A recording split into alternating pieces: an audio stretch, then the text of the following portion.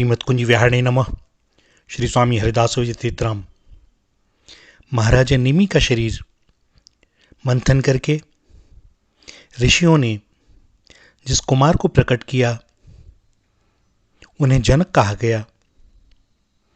माता के देह से उत्पन्न न होने के कारण विदेह और मंथन से उत्पन्न होने के कारण मैथिल भी इनकी उपाधि हुई। इस वंश में आगे चलकर जो भी नरेश हुए वे सभी जनक और विदेह कहलाए। महर्षि याज्ञवल्क्य की कृपा से ये सभी योगी और आत्मज्ञानी हुए। इसी वंश में उत्पन्न श्री सीता जी के पिता महाराज शीरध्वज जनक को कौन नहीं जानता, या यूं कहें कि जनक के नाम से केवल लोग उन्हें ही जानते हैं। महाराज जनक सर्वगुण संपन्न, सर्व सद्भावाधार, परम तत्वज्ञ, कर्मज्ञ, असाधारण ज्ञानी, धर्म धुरंधर और नीति निपुण महान पंडित थे। इनकी विमल कीर्ति विविध भांति से गाई गई है। इनके महत्व का पता बहुत कम लोगों को ही लगा। और गोसाई जी महाराज इन महाराजा जनक को प्रणाम करते हुए कहते हैं, प्रणवो परिजन सहित विदेहु, जाहि रामपद गूढ़ सनेहु, जोग भोग मह राखेउ गोऊ, गोई राम बिलोकत प्रगटे सोई। भैया ये गुप्त रूप से भजन करने वाले हैं।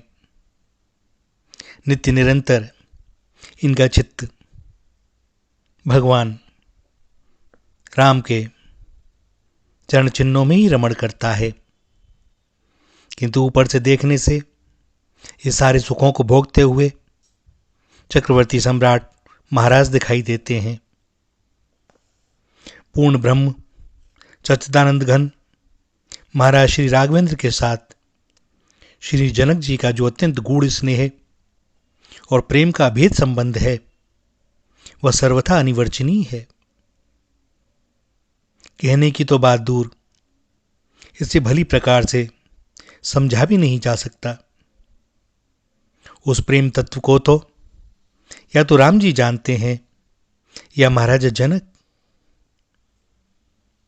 जनक जी ने उस अकथनीय अनुपम दिव्य प्रेम धन को एक लोभी की भांति अपने प्रपंचों में छिपा रखा है, और एक धन प्राण विषयी मनुष्य के सदृश उसी परम धन के चिरंतन चिंतन में निरंतर ये मगन रहते हैं।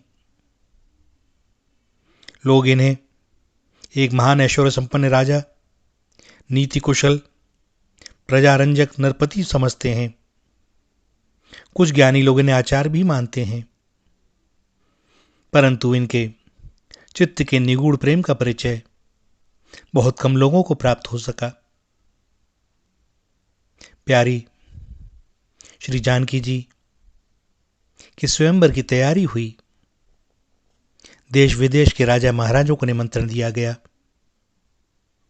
पराक्रम की परीक्षा देकर श्री सीता जी को प्राप्त करने की लालसा से बड़े बड़े रूप गुण और बलवान राजा महाराजा मिथिला में पधार रहे हैं।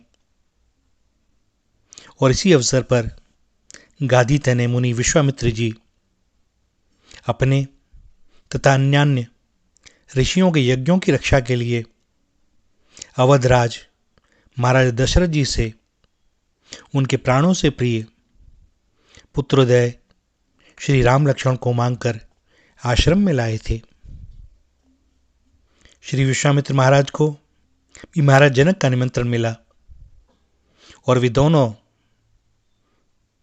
राजकुमारों को साथ लेकर मिथिला की ओर चलते हैं।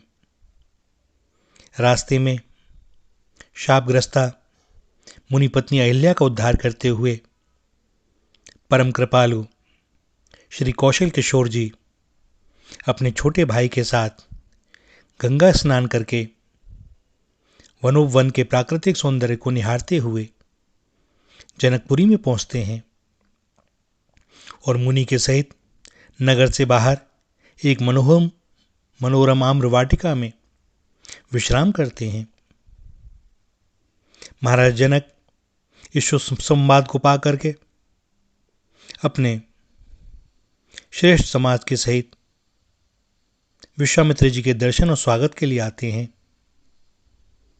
और मुनि को साष्टांग प्रणाम करके आज्ञा पाकर बैठ जाते हैं।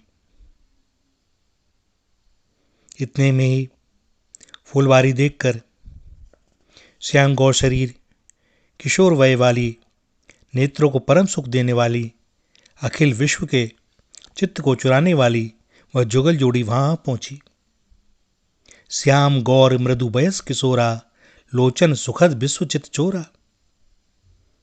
ये हैं तो सुकुमार बालक ही, परंतु इनके आते ही उपस्थित जनसमुदाय पर ऐसा प्रभाव पड़ा कि सब लोग स्वतः ही उठ खड़े हुए। उठे सकल जब रघुपति आए। विश्वामित्र जी सबको बैठाते हैं। दोनों प्रभु शील संकोच के साथ अपने सद्गुरुदेव के श्री चरणों में बैठ जाते हैं। महाराज जनक की बड़ी विचित्र दशा हो जाती है। उनकी प्रेम रूपी सूर्यकांत मणि श्री राम रूपी प्रत्यक्ष प्रचंड सूर्य को की रश्मियों को प्राप्त कर द्रवित होकर बहने लगती है। गुप्त प्रेम धन श्री राम की मधुर छवि को देखते ही सहसा प्रकट हो जाता है। युगों के संचित धन का खजाना मानो अकस्मात खुल गया। मूर्ति मधुर मनोहर देखी, भयउ विदेहु विदेहु विशेषी। प्रेम मगन मनु जानी नृप, करि विवेकु धरि धीर। बोले मुनि पद नाई सिरु, गदगद गिरा गंभीर। कहो नाथ सुंदर दो बालक, मुनि कुल तिलक की नृपकुल पालक। ब्रह्म जो नगम नेति कहे गावा, उभय बेश धरि की सोई आवा। सहज विराग रूप मनु मोरा, थकित होत जिमि चंद चकोरा।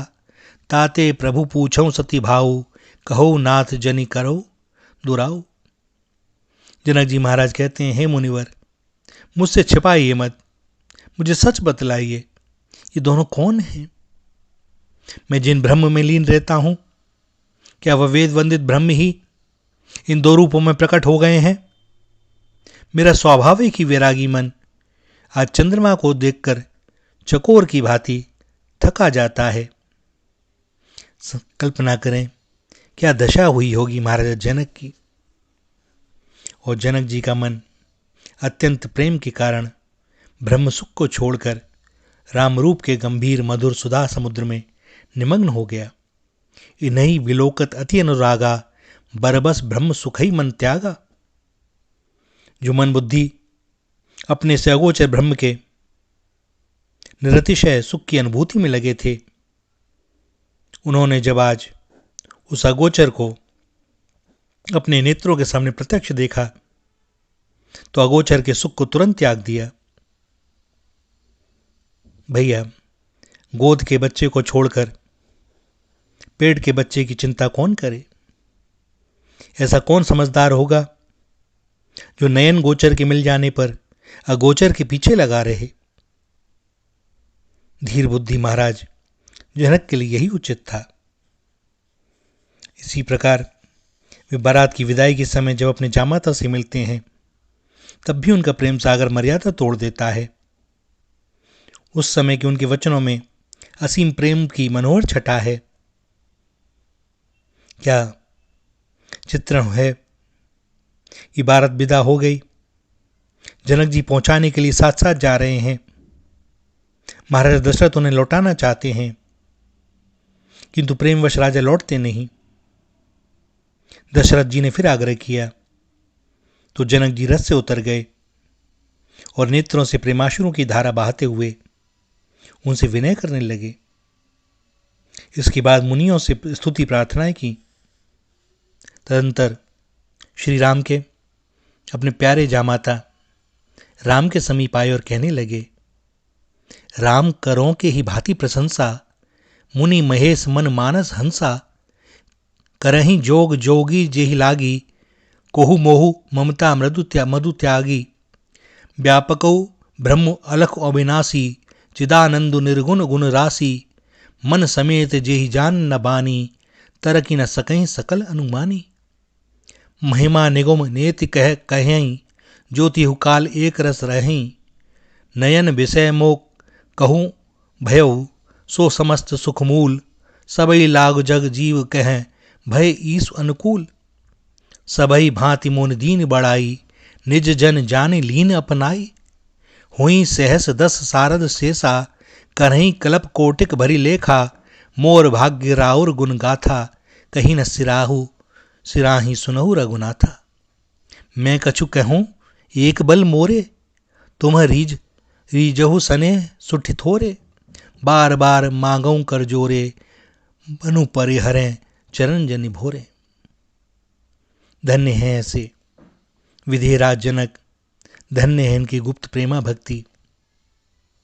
और जब श्री राम को वनवास हुआ और मिथिला ये समाचार पहुंचा, तब जनक जी ने एक कुशल राजनीतिक की भांति अयोध्या के समाचार और महाराज भरत की गतिविधि जानने के लिए गुप्तचर भेजे। और जब उन्हें भरतलाल जी के अनुराग का परिचय मिला तो वे उनके साथ चित्रकूट पहुंचे। चित्रकूट में जाकर महाराज जनक की गंभीरता मूर्तिमान हो जाती है। वे बस कभी राम जी को देखते हैं और कभी भरत जी को। उनके मुख से न तो कुछ भरत जी से कह पा रहे हैं और न कुछ राम जी से कह पा रहे हैं। उन्हें श्री भरत जी की अपार भक्ति और श्री राम जी के परात्पर स्वरूप पर अटूट विश्वास है।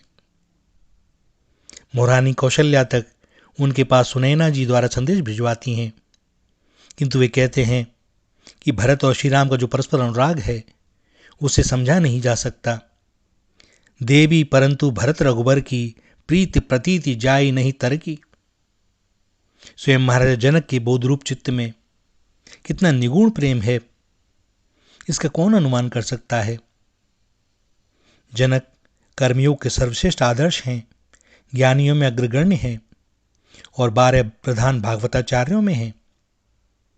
जनक जी परम ज्ञानी थे, परंतु परम ज्ञान की अवधि तो यही है कि ज्ञान में स्थित रहते हुए परम ज्ञान स्वरूप भगवान की मूर्तिमान माधुरी को देखकर उस पर रीझ जाए। ज्ञान का प्रेम के पवित्र दर रूप में परिणित होकर अपनी अजस्र सुधाधारा से जगत को प्लावित कर देना ही उसकी पूर्णता है, उसकी महानता है। ज्ञानी ऐसे कि व्यासदेव जी अपने पुत्र सुखदेव जी को महाराजा जनक के पास भेजते हैं कि वे कुछ उन्हें उपदेश करना हो तो करें। और आप सोच सकते हैं कहाँ व्यासदेव जी स्वयं भगवान के अंश अवतार, कहाँ सुखदेव जी और कहाँ महाराजा जनक जो एक राजा हैं। भैया इन सब की स्थिति एक ही है। समझना बड़ा टेढ़ी खीर। भगवान के भक्तों को सहज ही समझ पाना असंभव है जब तक भगवान स्वयं ही न समझा दें। वे फकीर भी हो सकते हैं, भिखारी से लग सकते हैं, वे ग्रस्त हो सकते हैं, वे नृप हो सकते हैं, सेठ हो सकते हैं, वे किसी भी रूप में हो सकते हैं, उस रूप में अपने को छिपाए हुए। और उनके बारे में जाना तभी जा सकता है जब भगवान ही जना दें, क्योंकि वे उनके अपने निज परिकर हैं। सो उन्हीं के गुणों का प्रकाश उनमें हो जाता है। श्री राधा श्री राधा श्री राधा।